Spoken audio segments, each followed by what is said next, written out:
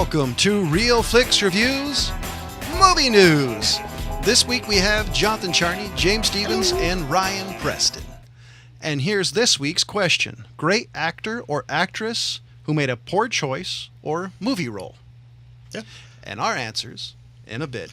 So we want to give a little shout out to Nelson Ellis, who passed away on the 8th of this month to heart complications. And he was 39. Yeah, right? he was 39. He was super really young. I gotta say, I really enjoyed this guy's acting, especially as Lafayette in True Blood. I've never seen.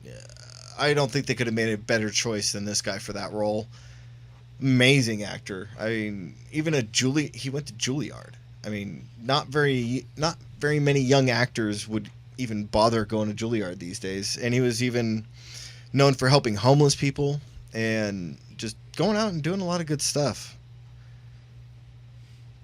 So our condolences to his friends, family, and fans. Yeah, we want to get into his whole what happened with it, but you guys can look that up. It's finally been released. So, let's go straight into it. We're going to complain about Castlevania. I have yet to see it, even though it's this week. It's this coming week's pick. 4 episodes. Yeah. Seriously? I mean, did somebody make a drunk decision to go, yes? Did you run out of source material? Yeah, how do you run out of source material in Castlevania? It's all written for you. I am kind of surprised it's only 4 episodes. It could be one of these things that they want to see how well it's going to do before they make more. I mean... Is it an OVA, though? I mean, this really could be something that was designed from the get-go to be a short couple episodes. It's not unheard of. It's common in anime. As far as I'm concerned, the Netflix really didn't go out of their way to market this film or this show. This was mostly marketed, as far as I've seen, by fans and comic book sources and everything. I think we should call it a miniseries. Yeah, I guess we call it miniseries, but I mean, they're supposed to be more than just one season. I just think it was a stupid maneuver by Netflix, especially for how long they were dragging out the publicity on it. I am curious to see the reason why. I mean, it doesn't really matter because it's already 4 episodes, but I am curious on why they did what they did because it just seems a weird choice for me. That's pretty much where I'm at with it. I'm just like, there has to be a reason that they were nervous or the series only warranted for. I don't know. See, because I'd like to hear an explanation. Well, I mean, they do have a pending season 2 out that they're pushing out for 2018, which I think is another bad idea by you, Netflix. I mean, see, my first couple of guesses is A, it's a miniseries they only designed to, or B, was designed to be a short series just to test the waters because you're getting into video game territory, and historically anything to do with video games where you're talking cartoons or live action generally don't do well. I don't even know how well the Assassin's Creed movie did because it kind of disappeared from theaters pretty quick. Fast. It was terrible. So that's the thing is, I don't blame them for being a little cautious. I mean, Dragon Age has a cartoon. I liked it, but I don't know too many people actually saw it, and Dragon Age is one of my favorite games. You had Uwee's Bowl Wing Commander, which we did, and that movie sucked. We got all the Halo films that got released, too. Yeah, but that was all Microsoft done, though. Yeah. So it's really hard when you have the people who own the content and do it that way. I think it's a little different, but none of it was released in theaters. This is all stuff that was either released to DVD or through the game. Release, yeah. So I just think that's a little hard. But Netflix has a huge anime section. It's actually dwindled. I'm talking Netflix, all of it. No. Not just the streaming now, but also the disc and everything. Okay. I don't actually have anime collection. I only have Instant Watch, so. But I mean, they should know how big of a market this is off of the. I mean, they have millions of subscribers that aren't just stream now, or you also have. See, years of this. They should know. They should have stats and data. Here's the issue. I think Netflix is actually having a hard time competing with Crunchyroll.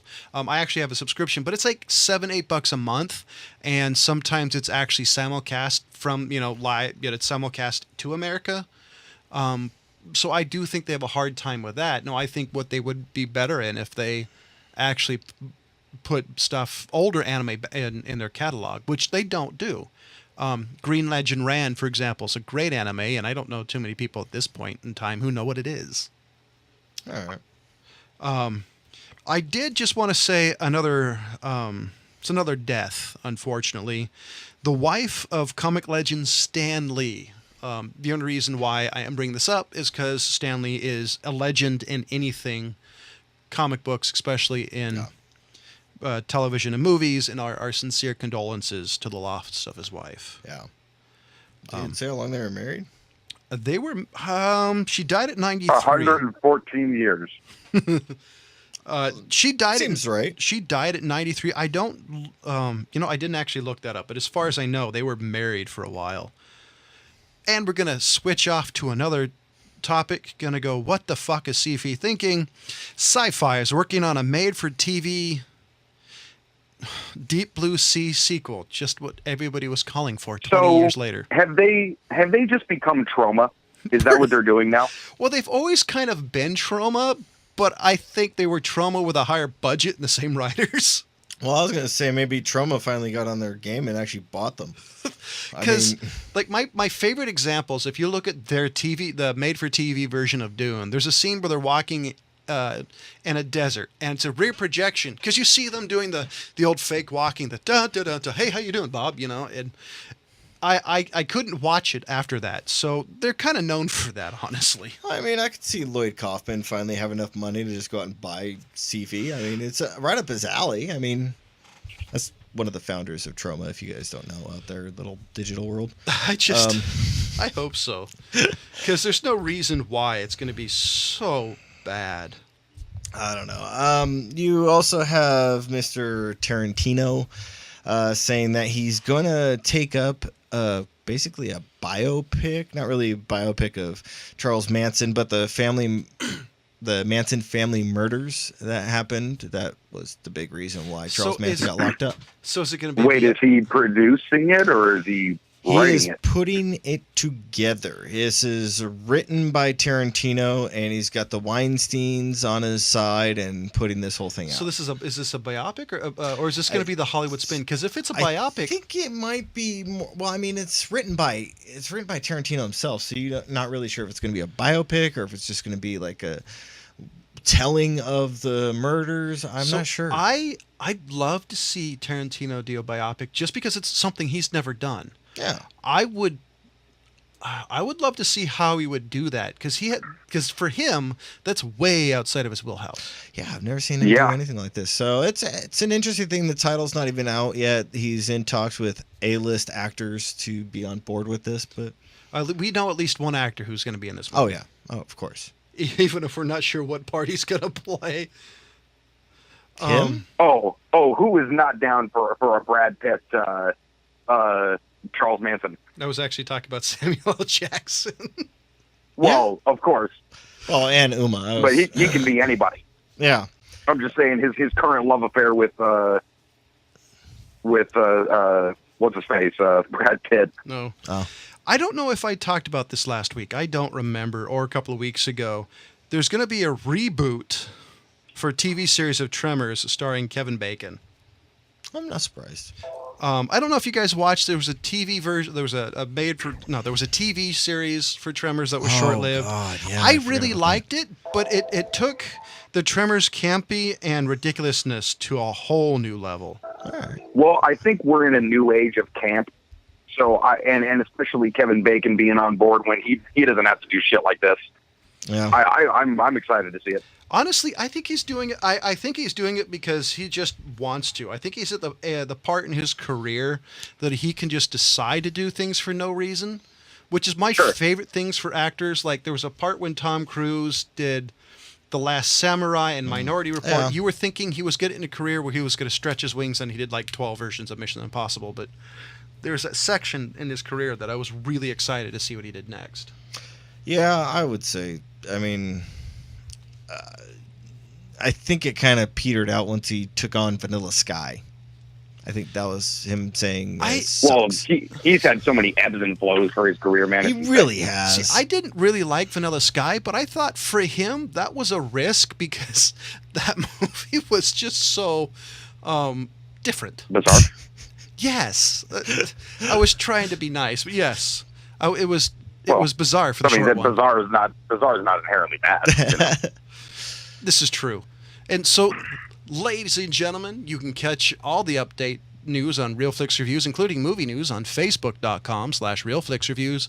You can also catch us on iTunes, Podbean, Stitcher, and more. And so the question of the week is great actors or actresses who made a poor choice in or role or movie choice. And I'm going to say mine's a little bit of a caveat, but I'd say Jodie Foster in Taxi Driver.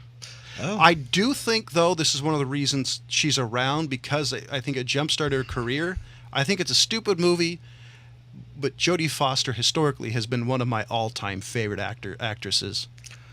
She was so young, though. I mean, can you really throw that in her career? I mean, I think it was one of the reasons choice, that I think it was one of the reasons that did jumpstart her career. I think people were looking at her going, let's see what she can do. Because, if you get set as a young actor, if you do it right, the transition, you can make a lot of money as an adult. It just doesn't happen very often. No, it really doesn't. I mean, yeah, it really doesn't. All right, Ryan, I'm going to have you go because I know my pick is just going to send you on a tirade. Well, I all of a sudden I'm starting to think we got the same one. Okay. But I'm glad I'm going first. This dude was old and fucking knew better. George Clooney, Batman and Robin. I'll go. I will agree with you on that. I mean, that was a really horrible film, but mine tops yours. And he's publicly said, I think almost every public appearance since then, hey, I'm sorry for Batman and Robin. Yeah, he actually said, I almost killed Batman and Robin. I personally, and I don't have proof of this, I think there were so many zeros attached to that he said, well, I have to. Because there's no excuse for those movies. Are you ready for me to send Ryan on a tirade? All right, this one is actually a recent film. This actually came out 2 years ago, I believe. Let me just double check. Yes, 2 years ago this film came out. There was a lot of media buzz about this one, and then once it came out, you hear crickets. God, you're stretching this. And a fantastic actor, done a lot of good things, and we have to applaud him for being Wolverine for so long. Hugh Jackman decided to go and basically, I guess, be Captain Hook in son of a Pan. Oh, Jesus Christ. And, I mean, smells like Teen Spirit and Blitzkrieg Bop.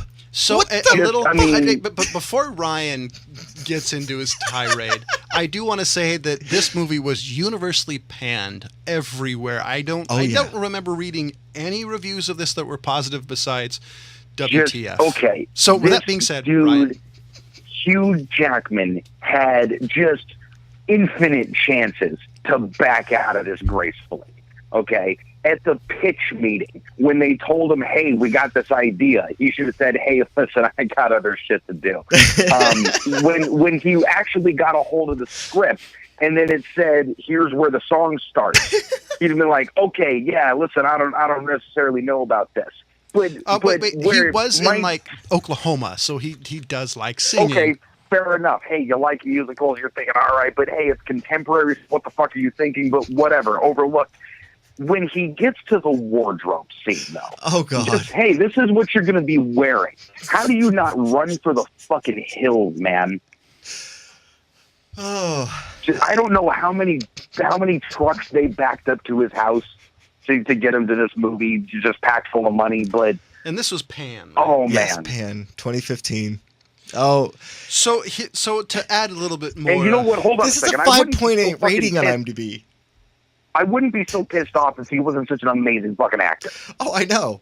I mean, I was kind of excited to see Hugh Jackman take on Hook. I mean, I really was. So to prove how bad this movie was, it had a budget of roughly $115 million. Opening weekend in the U.S. was $15,315,435. Gross worldwide was $116,564,808. They did not make any of their money back. That's how bad. And this is Hugh fucking Jackman. Oh yeah, I There's know. not a lot of movies he could be in that wouldn't make any money, and this was the Oh, one man. movie that didn't make any money. Oh yeah. Oh, this thing just. And I was looking forward to it. I actually was I like, was oh, too. cool, a Peter Pan movie. This This will be awesome. this and as movie soon as they started singing "Smells Like Teen Spirit," I was like, I had This to is look done. away. I had this to look movie away tanked from the harder than screen. RoboCop 3. I haven't had to look away from a fucking movie screen since the needle scene from Saw. So that didn't make me look away. ladies and gentlemen, we're gonna let Ryan stew in that particular pot. Well, any of you guys How good was that pick, Ryan? How good was the what? How good was that pick of movie? Yeah. That definitely works. So, Jesus. were any of you fans of the TV show Psych? No. Ryan? Yeah. Not really. So, Ric Flair's daughter Charlotte is going to be cast as the villain in the Psych movie, They're making a movie? apparently. And this is with Charlotte Flair, who is a current WWE superstar and real life daughter of Ric Flair. The face kind of looks like Ric Flair. Wow, I was expecting somebody to be excited. Apparently not. No. Yeah, I don't understand. I mean, are the kids clamoring for a Psych movie? I guess. I don't get that. So in real It life, seems like the kind of thing that like the 58-year-old, 60-year-old, I don't mean to age us over here, but old women would watch like, oh, I got to watch my stories. so in Like Matlock. Right. It's like Matlock. Thank you. I didn't mean to offend every old woman out there. I'm sorry. by No, the I way, did. I would rather have a Matlock movie and have them dig up the guy and still be better than any of the Psych movie TV show. I'm sorry. I've personally never watched it. I I never tried. even tried. I know people who like it, but not a lot. I think it might be like one of those things that most people are like, "Oh no, I don't like it." Is it on yet? You know? All I hear is Abe Simpson yelling Matlock right now. That's why I said it. Because that's what was going on in my head. Matlock. God. Jeez. I'm sorry, ladies and gentlemen. I'm looking up. He's looking at something. So there's an anime Assassin's Creed series in the works. I'd be down with that. I mean, So here's my thought, and this is my honest to God personal thought. I haven't liked any of the video games after the second one. The one in the Revolutionary War, the character was so fucking annoying. I didn't actually finish the game because I couldn't stand him. The pirate one, I hated the ship mechanic. I want to see the TV show the movie because I really like the actor. yeah. I just don't know. I think this is one of the video games that's just not conducive to being told in a different medium. I really do think that. Well, I definitely thought they were going to be going a slightly different direction with the game series in general. I liked the game mechanics for Black Sails because that's the only fucking ship game mechanics I've ever played. So I got nothing to compare it to. But the movie was just I can't even believe somebody put that together. Really? I haven't seen the movie yet. They might have a different take on the whole thing, which I can get behind their sensibility with stuff like that. I've heard so many bad things about the live action movie that it's almost going to be painful for me to watch just so I can. Oh, it's awful. Well, see, It's awful. the problem for me is I've read so much about it, and usually that's not a hard thing, but I have so many biases towards the games after the second one, so I'm going to have to force myself to watch it because I really do love. I'll tell you what, watching it made me just really happy they've never made the Splinter Cell movie. Oh God. Wow. That's saying a lot, actually. Yeah. Wow, now I'm depressed. Guardians of the Galaxy Good job, 2 is Ryan. going to be Disney's first 4K Blu-ray release. Don't care. Yeah, I don't really care either. I like Blu-ray. I like 4K. Besides the fact the cheapest 4K player I've found right now is still like $200. I'm not interested in that movie. How about how about re-releasing the Apple Dumpling Gang in 4K? Something, I grew up watching. Mako Jaws of Death. I'm not quite sure if that's going to happen. I'm not sure how many people out there has even seen that film. What film were we talking about again? Mako Jaws of Death. Oh, So I have a yeah, question that's for you. random. Robert Downey Jr. doesn't want to overstay his welcome in the MCU universe. I would say he's the only actor to me that I think he could stay as long as he wants. Because to me, he's Tony Stark. I think you could replace Chris Evans. I think you could replace Scarlett Johansson. Yeah, you could really replace Scarlett Johansson. Do it, Uh, please. oh, come on. Samuel L. Jackson, I actually really like as Nick Fury, but there's not a lot of people in there that I care one way or another about. But Robert Downey Jr., I hope he stays for the long haul. Okay, I can see where he's coming from, right? I mean, people like Sam Jackson, they pop in and out. He can do that for 25 more movies, and it's not a problem. He's Nick Fury till he's dead. Okay, but Tony Stark, that's the character that has to hold all these movies together. You know, so he's literally the one. You know, I'm sure he's first on the call sheet. You know, between him and Chris Hemsworth, you know, they're there the longest. And he's literally holding these movies. So if the movie sucks, and Downey is the type of dude who's going to want to go out on top. Yeah. You know, so I can totally respect that. Oh no, so can I. He's like one of the few characters that I actually really like in those movies. Besides Doctor Strange, everybody else is just kind of. I don't care. I really don't care about any of the characters. I like Samuel L. Jackson's character. I care about, and Tony I like just because he's such a neurotic character, and he's played so well. Yeah, It really is what it comes down to me. Like, which good or bad, he's really the only character I like. yeah. I mean, I think he's done a great job with his acting career the past 10 years. And he's made a fucking fortune off these movies. I mean, he's made a ton. I'd kind of be a bit disappointed if he walked off. So rumor has it. I'd be sad, but I'd respect it. Oh yeah, rumor has it that the next Avengers movie is going to be his spawn song in the MCU. I don't know. The only thing is I want to know who they're going to pick to replace him, because that's going to be a hard person to pick, because those are really big shoes to fill. I think it'd probably be the best option if they just retired the character. Yeah, well, I mean, they'd have tough. to retire it for a while. Yeah, that's tough to do, but I think they could- should do it so that they're not doing what they did with the Hulk. But what if which nobody had done a great job of the Hulk to begin with, but to have a character or a actor who's taken this role so far and so done it so well, I think it would be one of those that they, like Ryan said, they would have to retire it for quite a while before they had somebody else who could take it over. No, I haven't read the comics, but allegedly the comics is a new female Iron Man. What if they just spin it off like Tony Stark's in the background and somebody else is in the control of the suit? Yeah, that would work. I don't know how that would work for Robert if he wants to do it, though. I'd be interested. I don't know. I'm just interested to say it. What do you think, Ryan? Ryan? What do I think about? I'd like a What's the female, lyric? like basically. I see. Yeah. No. I'm good with that. I mean, like he passes on the reins to somebody in the show, like, yeah, because hey, I don't do this anymore, but hey, you seem to be whatever. yeah, like my idea would be he'd be like the mechanic, he'd be the Oracle type character, he'd be in the background doing things, fixing the suits, but he's too beat up for whatever reason or too neurotic to be able to control the suit, kind of like the guy who handed over the Ant-Man suit. Here's the thing, man.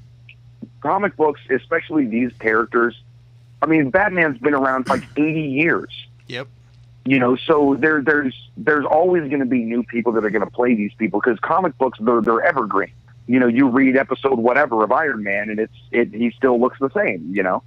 He still looks the same as episode or issue 1 and issue 10,000. So it doesn't. The character's still the same. So with movies, you're at this disadvantage where every 10 years, no matter how much the character is loved, you got to move on. See, I'm. Here's my thought though. Like after watching every single Batman movie, I don't think I ever remember anybody who I thought played Batman perfectly. When it was Michael Keaton, I thought, oh, Michael Keaton's the only Batman. But even then, he's like, just not great. To me, after reading the Iron Man comic books over the years, that's Robert Downey Jr. I mean, to the T, to me, the way he plays it. Yeah. I mean, so I think I think you guys are right. I think the only way to do it is retire the character for a while, and then have some just zoom across the screen in an action movie type of thing. Yeah. Well, I would have to imagine that when Marvel and the studios were making their, whatever 50-year plan of the next 900 movies they're going to make, I have to imagine that they had a conversation with these people like, hey, how long do you see yourself playing this character? Can we keep throwing money at you to do it? So I'm sure there was kind of an established thing. Well, like, hey, look, I'd probably do a couple more and then move on. Or like he said, he doesn't want to overstay his welcome. So they have to have a contingency as far as like how far the movie universe is going to go. Or when this whole comic book era of film is going to stop. By the way, I have to give mad props for Robert Downey Jr., though. There's not a lot of actors or actresses that are like, have I overstayed it? I mean, I actually think that's pretty badass. He's basically giving up money. Yeah. That's pretty cool. I don't know. He's fine. Well, I know, but I mean, that's not a lot of actors or actresses I personally think would care. I mean, even though, like, look at Nick Cage, for example, even though the guy's made horrible financial choices, or Ron Perlman. He's the man who can never say fucking no to anything. But so I think it's kind of cool. But on the other hand, that's Ron Perlman's shtick, so I think you can kind of leave it or take it. So, and Robert, anyway, sorry, go ahead. So, ladies and gentlemen, for Jonathan Charney, James Stevens, and Ryan Preston, as always, thank you for listening.